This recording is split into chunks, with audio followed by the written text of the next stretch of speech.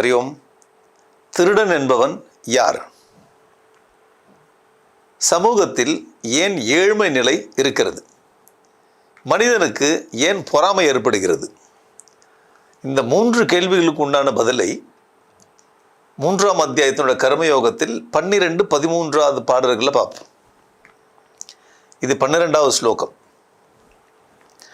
இஷ்டான் போகான் he ஓ தேவாः தாஸ்யந்தே யஜ்ஞ பாவிதாः தைர்தத்தான பிரதாயைப்யः யோ புங்க்தேஸ்தேன ஏவ சஹ. திருடன்னா யார் அப்படின்றதுக்கு உண்டான டெஃபினேஷன் இந்த பாடலில் சொல்கிறார். பொருளை பார்ப்போம். யஜ்ஞ பாவிதாக தேவாக, யஜ்ஞத்தினால் திருப்தி அடைந்த தேவர்கள். யஜ்ஞம்னா என்னன்னு போன வீடியோவில் நம்ம படிச்சிருக்கோம். வஹா இஷ்டான் போகான் ஹி தாஸ்யந்தே, உங்களுக்கு விரும்பிய போகங்களை அவர்கள் அங்கனம் தருவார்கள். தைஹி தத்தான் ஏபியா அப்பிரதாய யஹ புங்க்தே சஹ ஸ்தேன ஏவ, ஸ்தேனஹ ஏவ, அவர்களால் தரப்பட்டவைகளை அந்த தேவதைகளுக்கு திரும்பி அளிக்காது எவன் அனுபவிக்கிறானோ அவன் திருடனே.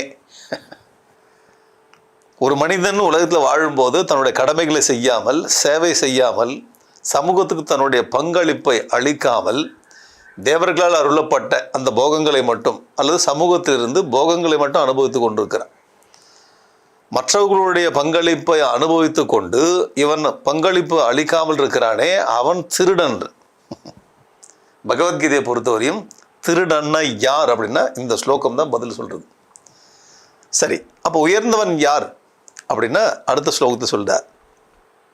யஜ்ஞசிஷ்டாசின சந்தஹ முச்சந்தே சர்வ கில்பிஷைஹ புஞ்சதே தே துவகம் பாபா ஏ பசந்த்யாத்ம காரணாத். இதுக்கு என்ன பொருள்னு பார்ப்போம். யஜ்ஞசிஷ்டாசினஹ சந்தஹ சர்வ கில்பிஷைஹ முச்சந்தே, யஜ்ஞத்தில் எஞ்சியிருப்பதை உண்கின்ற சான்றோர் சகல பாபங்களிலிருந்தும் விடுபடுகின்றார்கள்.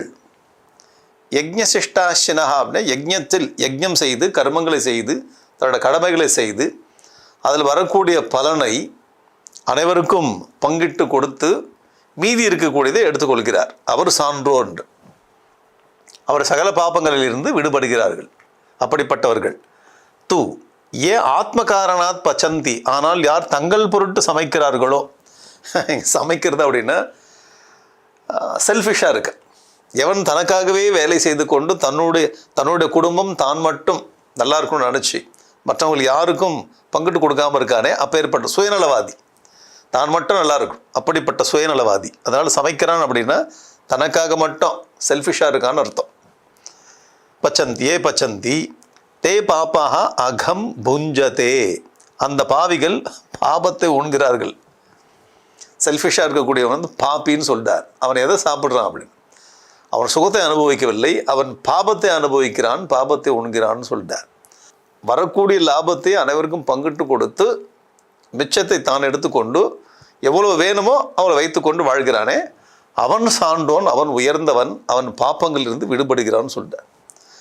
பகவத்கீதையில் ஒரு மனிதனுக்கு வைக்கக்கூடிய ஸ்டாண்டர்டு, நீ உன் கடமையை செய், சிறப்பாக செய், லாபத்தை பற்றுக்கோள். எல்லோரும் அந்த லாபத்தில் வந்து அதில் கான்ட்ரிபியூட் பண்ணியிருக்காங்க. அதனால் அவர்களுக்கு வேண்டியதை செய், எவ்வளோ உனக்கு வேண்டுமோ அதை வைத்துக்கொண்டு நீ வாழ். எவ்வளோ ஒரு சிறப்பான சமூக வாழ்க்கையை நமக்கு காட்டி கொடுக்குறது பாருங்கள் ஸ்ரீமத் பகவத்கீதை. இந்த விஷயத்தை தான் நம்முடைய திருவள்ளுவர் சொல்கிறார். பகத்துண்டு பல்லுயிர் ஓம்புதல் நூலோர் தொகுத்தவற்றுள் எல்லாம் தலை. அழகான பாட்டு.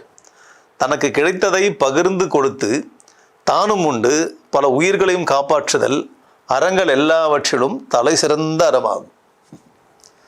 எல்லா அறங்களும் மிக தலை சிறந்த அறம் எது அப்படின்னா எல்லாருக்கும் நமக்கு கிடைத்ததை மற்றவங்களுக்கு பகுத்து கொடுத்து பங்கிட்டு கொடுத்து தானும் எடுத்துக்கொள்கிறேன். எல்லாரும் நல்லா இருக்கோ, நான் எப்படி போனாலும் பரவாயில்ல அப்படி இல்லை, நீயும் வாழ், அடுத்தவங்களையும் வாழ விடு. அவ்வளோ அருமையான ஒரு சிந்தனை. இந்த திருக்குறளில் கூட இந்த சிந்தனையை தான் ஸ்ரீமத் பகவத்கீதையில் 3ஆம் அத்தியாயத்தில் 12, 13வது ஸ்லோகங்கள் நமக்கு விளக்குறது. அது சமஸ்கிருதம், இது தமிழ். படுத்து பாருங்க, உலகத்தில் திருடர்களுடைய வகை எத்தனைன்னு பார்ப்போம். திருட்டின் வகைகள் அல்லது திருடர்களின் வகைகள். இன்ட்ரெஸ்டிங்கான பார்ட். முதல்ல வேலை செய்யாமல் உண்பவன்.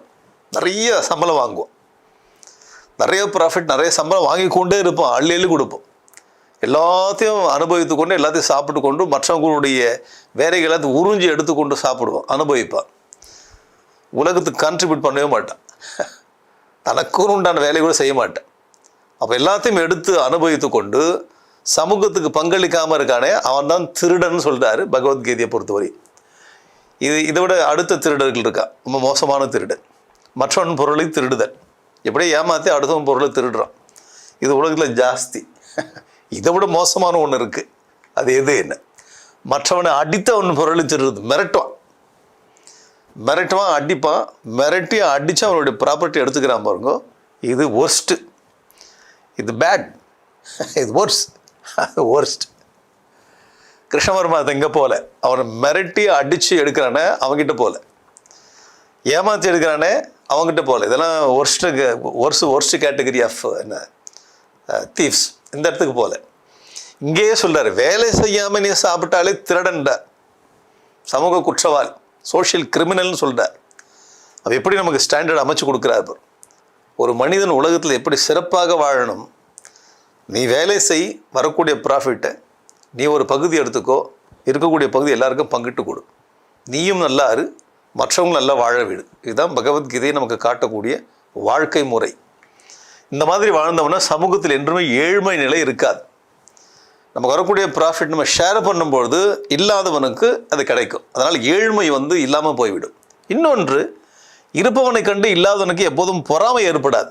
ஏன்னா ஷேர் பண்ணிட்டு, நம்மக்கிட்ட என்ன ஒரு ப்ராஃபிட் இருக்கோ, என்ன ஒரு எக்ஸஸாக வந்திருக்கோ அதை எல்லாருக்கும் ஷேர் பண்ணிவிட்டு, அதனால் இல்லாத ஒருவன் இருப்பவனை பார்த்து இவன் மட்டும் நிறைய வச்சுருக்கானே, எனக்கு ஒன்றுமே இல்லையே, அந்த மாதிரி பொறாமை ஏற்படாது. அப்போ இருப்பவன் ஷேர் பண்ணும்பொழுது பொறாமையை தவிர்க்கிறான், ஏழ்மையை தவிர்க்கிறான். அப்போ சமூகத்தில் ஒரு சோஷியல் ஹார்மோனி கிடைக்கிறது. அப்போ சமூகம் ரொம்ப சிறப்பாக இருக்கணும், தனி மனிதனும் உயரணும், சமூகமும் உயரணும். எப்படி என்ன வேலைகளை செய்து வரக்கூடிய ப்ராஃபிட்டை ஷேர் பண்ணு. ஏழ்மையை ஒழிச்சு கட்டிடலாம், பொறாமையை ஒழிச்சு கட்டலாம், எங்கும் மகிழ்ச்சி மட்டும் நிரம்பி இருக்கும். அப்படிப்பட்ட ஒரு வாழ்க்கை முறை தான் பகவத்கீதை நமக்கு சொல்லிக் கொடுக்குறது. அடுத்ததாக இயற்கை சக்கரம், த காஸ்மிக் வீல். உலகம் எப்படி இயங்குறது, அப்படி இயங்கக்கூடிய இந்த உலகத்தில் நாம் எப்படி நம்ம இணைத்து கொள்ள வேண்டும் அப்படின்ற விஷயத்தை, மிக அருமையான விஷயம் இது. அற்புதமான ஒரு தாட் ஃப்ளோ கொண்டு வரார் கிருஷ்ண பரமாத்மா. இதை வருகின்ற 14, 15, 16 அடுத்த 3 பாடல்களில் இந்த காஸ்மிக் வீலை பற்றி படிப்போம், அறிவோம்.